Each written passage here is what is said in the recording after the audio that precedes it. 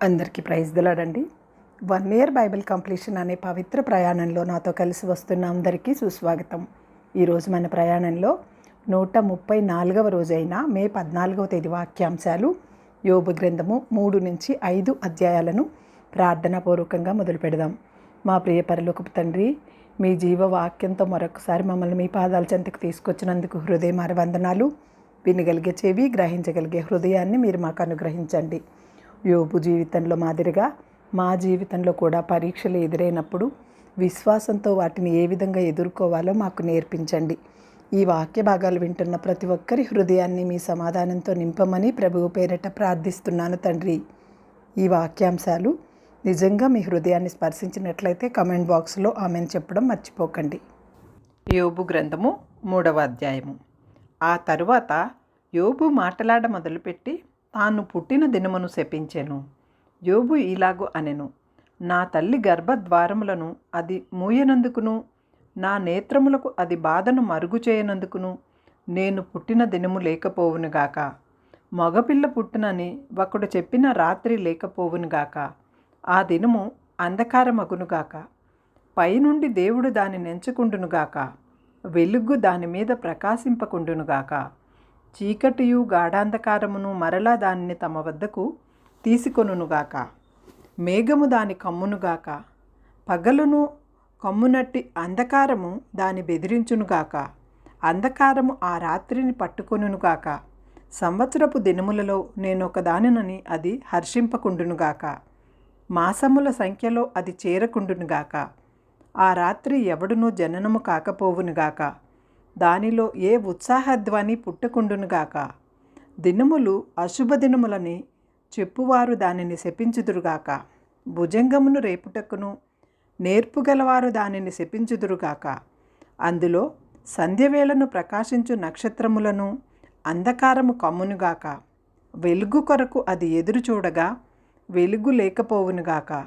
అది వేకువ కనురెప్పలను చూడకుండునుగాక. పుట్టుకలోనే నేనేల చావకపోతిని, గర్భము నుండి బయలుదేరగానే నేనేల ప్రాణము విడువకపోతిని. మోకాళ్ల మీద నన్నేల ఉంచుకొనిరి, నేనేల స్తనములను కుడిచితిని. లేని ఎడల నేనిప్పుడు పండుకొని నిమ్మలించియుందును, నేను నిద్రించియుందును, నాకు విశ్రాంతి కలిగి ఉండును.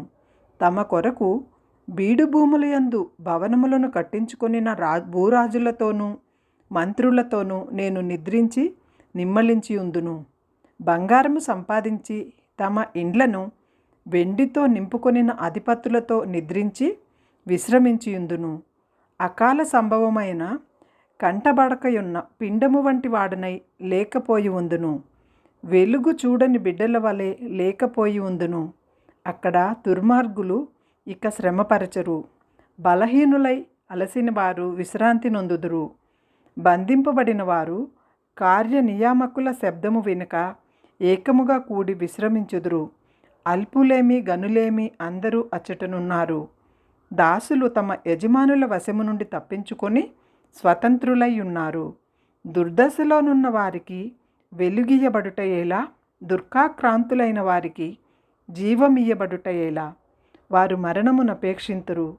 దాచబడిన ధనము కొరకైనట్లు దానిని కనుగొనుటకై వారు లోతుగా త్రవ్వుచున్నారు, కానీ అది వారికి దొరకకయున్నది.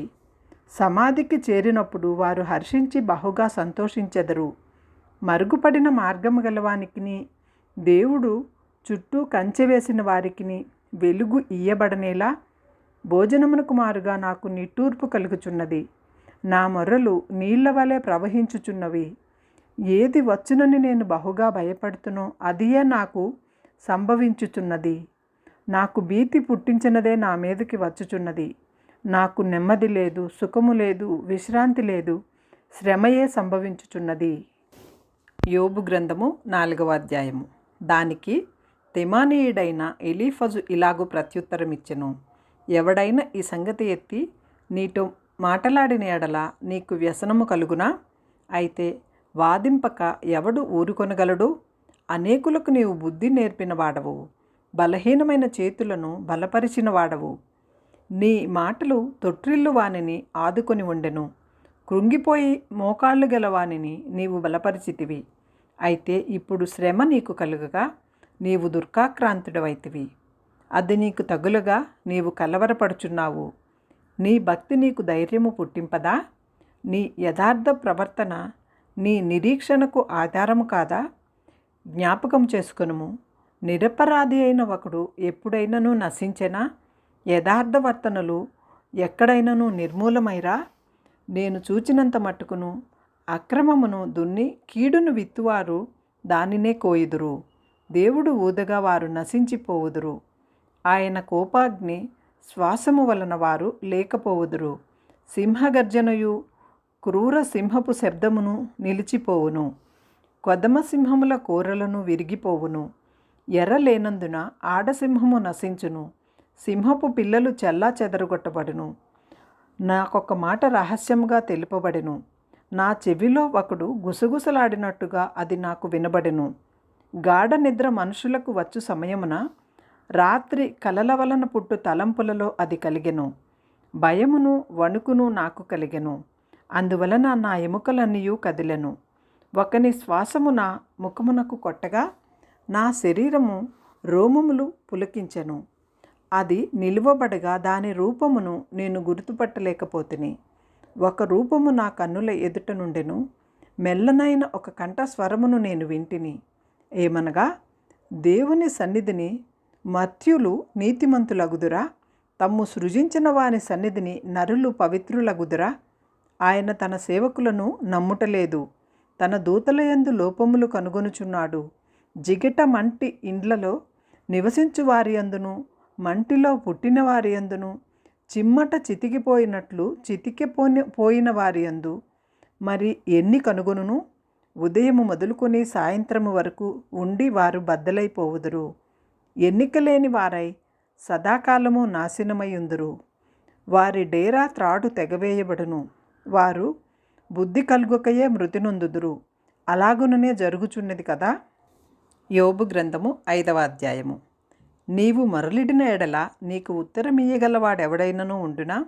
పరిశుద్ధ దూతలలో ఎవని తట్టు తిరుగుదువు? దౌర్భాగ్యమును గూర్చి ఏడ్చుట వలన మూఢులు నశించెదరు. బుద్ధి లేని వారు అసూయ వలన చచ్చెదరు. మూఢుడు వేరు తన్నుట నేను చూచియున్నాను.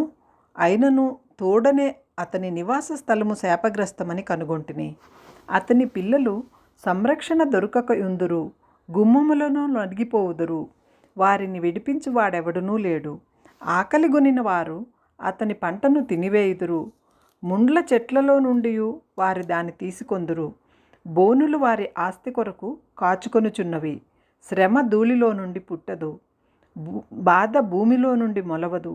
నిప్పురవ్వలు పైకి ఎగురునట్లు నరులు శ్రమానుభవమునకే పుట్టుచున్నారు. అయితే నేను దేవునిని ఆశ్రయించుదును.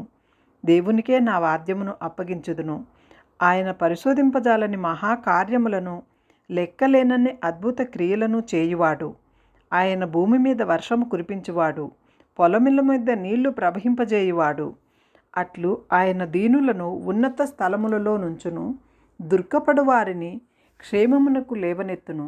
వంచకులు తమ పన్నాగములను నెరవేర్చనేరకుండా ఆయన వారి ఉపాయములను భంగపరచును. జ్ఞానులను వారి కృత్రిమములోనే ఆయన పట్టుకొను.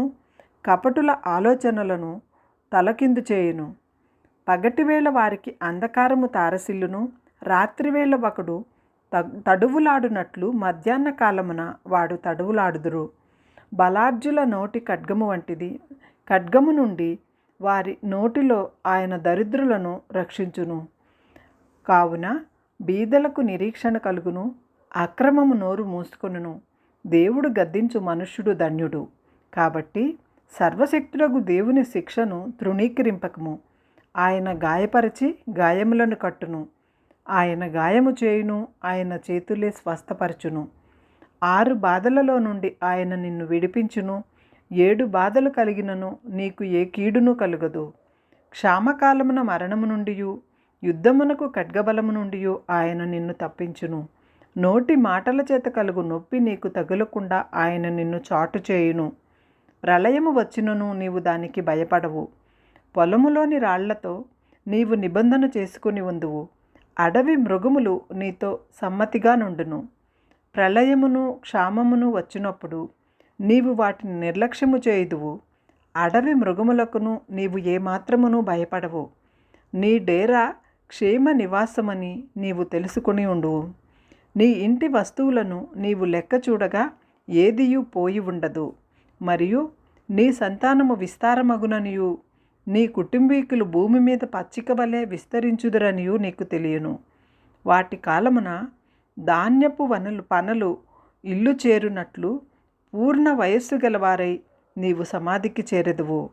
మేము ఈ సంగతి పరిశోధించి చూచితిమి, అది అలాగే ఉన్నది. ఈ మాట ఆలకించి నీ మేలు కొరకు తెలుసుకొనుము.